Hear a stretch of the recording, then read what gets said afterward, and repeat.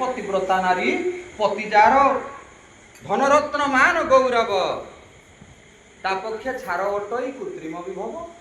से स्वामी ये कृत्रिम विभव ये आखि देखाणिया धन कौन मु खोजुची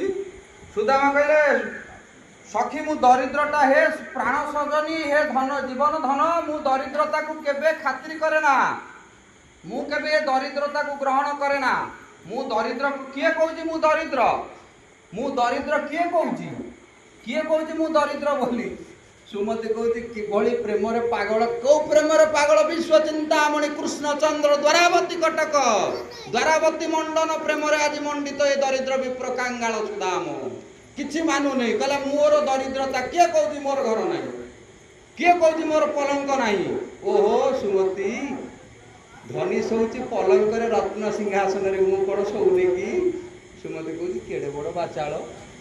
अरे केड़े बड़ पागल आज मो स्वामी ये कहाँ पे पागल है पागल करी किए पागल कर रत्न सिंहासन रूढ़ जगतर नाथ जगन्नाथ द्वारका अधिपति कृष्ण चंद्र ताकू पागल कर विप्र सुदाम दिनहीन कांगाल सुदाम को आज पागल कर प्रेम विभोर होला सुधा धनी शौची रत्न पलंक ये दरिद्र कांगाल विप्र भी शौची रत्न मो रत्न पलंक कौन हम आपणकर द्वितीय स्कंद भागवत कला थाउए बसुमती कि हे बसुवर्ण पलंक गोविंद गोविंद गोविंद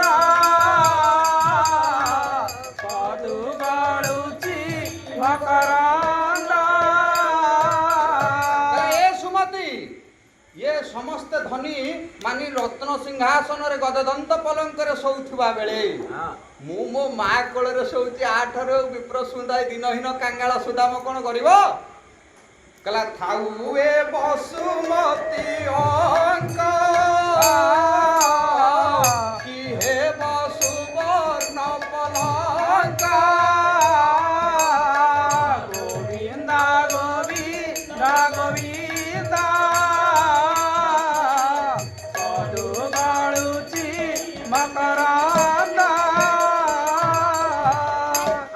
रत्न सिंहासन रे शोइला बेले हे सुमति मो माँ कोल रे मु सदा सर्वदा शयन करती ये मो पई कोन रत्न सिंहासन ठो सुवर्ण पलंक ठो माँ कोलटा बड़ नुहे कि ताले मु दरिद्र केमिति हेली ओहो ओ सब जे रत्न पलंक रे सुमति से मुंड तळे गोटे तकिया दियंती एथि पई कहूछु कि ताकू मु खातिर करे ताकू मु खातिर करे का प्रभु मते कोन हाथ देइनी मो द्वारावती मंडन द्वारावती कटकर नरेश मो सखा कृष्ण मो हाथ रे हाथ देइची कहला समर्थ बाहु थिले बामे कि प्रयोजन उपाधाने गोविंद गोविंद गोविंद पदु गड़ुची मकरंद मु मो माँ कोल रे शयन करुची जने रत्न सिंहासन रे शोइला बेले गददंत पलंक रे शोइला बेले सुवर्ण पलंक रे शोइला बेले मो माँ कोल रे शोउची तेणु मु दरिद्र मु ए दरिद्रता को माने ना सुमति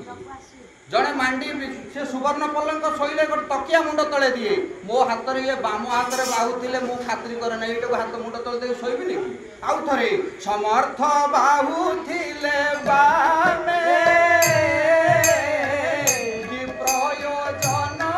उपाधाने गोविंद गोविंद गोविंद